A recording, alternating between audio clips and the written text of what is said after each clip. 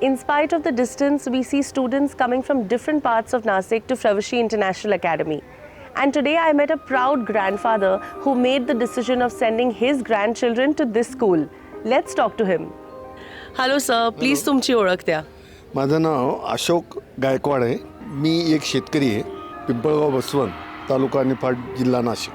आणि तुमच्या मते एक आदर्श शाळा काय असते?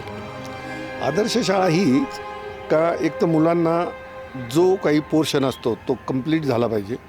मुलांच्या मनामध्ये कोणताही डाऊट नको. तिसरी गोष्ट, स्पोर्ट चांगले पाहिजे शाळेमध्ये. आणि बदलत्या जगाप्रमाणे शाळेचा पोर्शनसुद्धा तसा पाहिजे. फ्रवशी इंटरनॅशनल अकॅडमी ह्या शाळेची निवड तुम्ही का केली? म्हणजे एक चांगली गोष्ट जी तुम्हाला या शाळेबद्दल वाटते?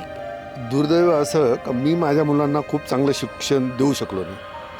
त्यांना नाशिकला शिकले, पण त्यावेळेला सगळं शेतीकडं, डेव्हलपमेंटकडं लक्ष असायचं आणि मुलांच्या शिक्षणाकडं थोडं कमी लक्ष झालं त्याच्यामुळं.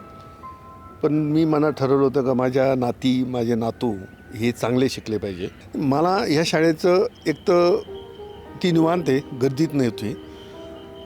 दुसरी गोष्ट, इथले टीचर, स्टॉफ वगैरे मी अगोदर चौकशा केल्या होत्या, त्यावेळेला सगळं चांगलं आहेत आणि चांगले त्यांचं एका UK-मधल्या एका युनिव्हर्सिटीबरोबर कोलॅबोरेशन आहे.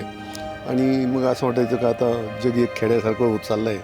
मग माझ्या मुलं त्या खेड्यात एकदा राहिले पाहिजे, त्यांना तिथं चांगलं जगता आलं पाहिजे आणि म्हणून मी शाळा निवडली.